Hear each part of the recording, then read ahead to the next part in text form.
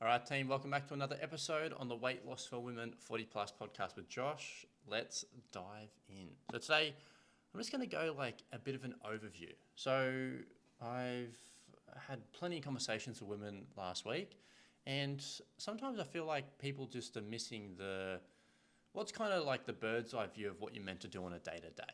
Like the food, the exercise, the sleep, like what are some targets that you got to hit? Because at the end of the day, weight loss is just a process. When you follow the process correctly, you're going to get the result.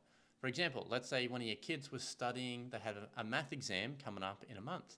End of term exams, they've got to pass it to go to the next year. Now, if you gave your kid a science textbook and the kid diligently studied that textbook every day, hour in the morning, hour in the evening, 7 days a week, they did their study. They did 14 hours of study a day because you said, hey, if you just study this textbook religiously, go through, answer the questions, and if you do that, you're going to do really well on this test. So the kid goes, fuck, okay, I'm going to study the textbook. So remember, it's a maths exam, but they've got a science textbook. So the kid studies religiously for a month, does the exam, sits it, and fucking fails it. Goes back to the parent and says, what the fuck? You said if I just put in the work, if I was just consistent, if I did this process, I would see the result. And what happened? Studied the wrong fucking textbook. And this is most people with their weight loss. They're putting in effort, they're trying to be consistent, they're trying to do the right daily actions. They think they're following the right process, but what happens? They don't lose weight, they don't drop clothes sizes, they see no progress, they get frustrated. So most people are doing this. 90% of the clients that we work with are doing this 90% of the ladies before they become clients are doing this, meaning that they're trying, but they're putting their time, attention, resources into the wrong things. Sometimes the right things, but mostly the wrong things. Hence why they're not seeing results. It is very simple, ladies. If you are seeing weekly progress, you are doing most of the right things.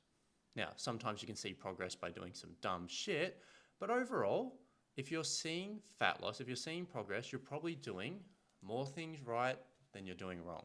If you are seeing no progress, but you think you're doing the right things, I'm sorry, my friend, you are not doing the right things. Because when you follow the process, an outcome will happen. So let's dive into it. So how does it all start? It all starts the night before. If you want to lose weight this week, it's going to start last night. And what I mean by that is how many hours of sleep did you get? Did you go to bed on time? Did you go to bed at the same time you did the night before? So sleep is something that needs, like sleep cycles need crazy amounts of consistency. If you're going to bed at different times every single night, some nights you go to bed at 7, other nights it's 1 a.m., sometimes it's 11 p.m., sometimes it's 10 p.m., sometimes it's midnight, what do you think is going to happen? You're not going to get into a very good sleep cycle. So at the bare fucking minimum, we need to be aiming for 7 hours a night. At least. Like 7 to 8 is perfect, but like minimum 7 is good. That means we're going to have less cravings, we're going to have better energy, hormonal regulation, metabolism's going to love you. You're giving your body ample rest and recovery so cortisol levels come down. So first thing we need to get in order is make sure you are going to bed consistently. Now, alcohol before bed is a terrible fucking idea. We should not be drinking if we want to lose weight. You're an adult, do whatever the fuck you want to do, but if you're listening to me, I'm going to give you the best practices for fat loss. Alcohol is a sleep inhibitor, meaning it's a diuretic, it's going to make you pee, it's going to stop you getting into your deep REM cycles of sleep, which is actually why we go to bed, so we can have our deep, restorative, restful sleep, not just light sleep. And it's going to extend recovery times, like fat loss mechanisms are going to decrease, if not fully fucking disappear. 1 to 2 standard drinks can shut your fat burning off for up to 48 hours. Is it worth it while in a fat loss phase? Personally, I do not think it is. If you're putting in time, energy, resources into losing weight, why would you want to go fuck it up with alcohol? I don't know. Some people do. Sleep, that's a big one. All right, quick overview. Exercise the next day. We need to hit a daily step target. I don't care if it's through an active job or if it's going for walks. We need to have a minimum step count.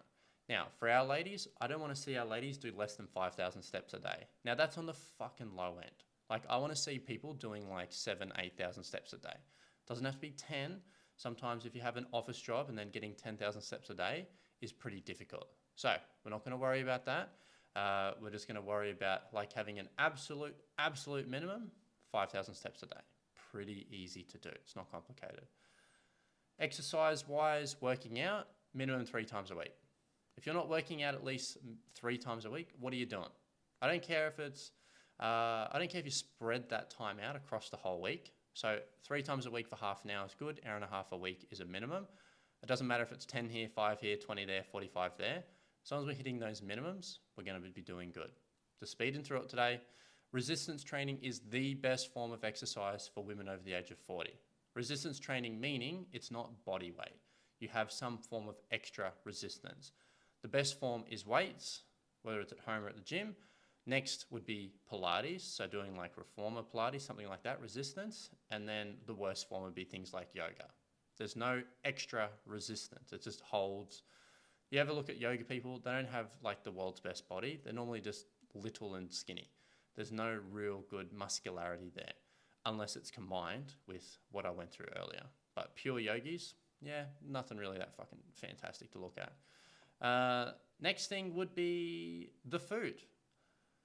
Now this one's a daily thing. Minimum 3 meals a day. You just do not eat less than 3 meals a day. We need to, no different to like a campfire, your metabolism is like that fire. If you allow the fire to go out and then you put wood on top of it, what's going to happen? Probably not a lot. It's not that fucking great.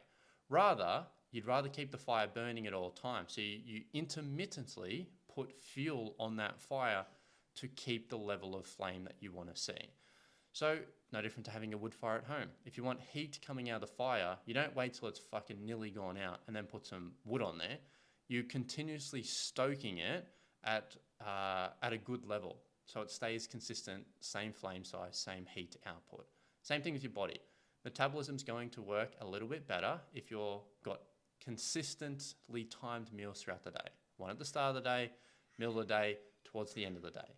You can have meals in between, I don't mind, but minimum 3 meals a day. Protein in every single meal. Having fruit for breakfast or toast, Vegemite on toast, that is not protein. If you want to have lots of cravings and low energy in the day, by all means, go do dumb shit by eating only carbs for breakfast, or you just have cereal, or you just have oats. Those things by themselves aren't good. There needs to be protein with them. I don't care if it's protein powder, protein shake, super high protein yogurt. You're having some eggs on the side, doesn't matter. But if you're not adding protein to these meals, you're going to feel hungry. You're more than likely going to crave shit towards the end of the day. This is why ladies that fast or skip breakfast generally eat more shit at the end of the day than ladies that have breakfast. So don't tell me that, I've always done it this way. I'm like, cool, I don't give a fuck. If you've always done it the wrong way, doesn't mean you should keep doing it the wrong way. Just because you can do something doesn't mean you should do something. I could go do heroin, but it's probably not a good idea. So I'm going to stick away from the bad stuff. Protein, 3 meals a day, that's it. Cut the alcohol down, you're going to lose weight 3 times faster compared to if it's in there, maybe even 10 times or 100 times faster. I've seen ladies get fantastic results by cutting down alcohol and focusing on the things I've gone through there. It's not complicated. I didn't say it's easy. It's simple, but it's not complicated. It's meant to be designed to fit a busy mum's lifestyle. It's not the single girl program where you have all the time in the world to do whatever the fuck you want and you can get really fancy with the process. That's fine. But if you are not the single girl program and you're not 21 and have all the free time in the world and you have no kids, then we probably don't want to follow that approach. Nice and simple, ladies. Keeping it real. Big overview today. Just a bit of a refresher, a bit of a recap for you.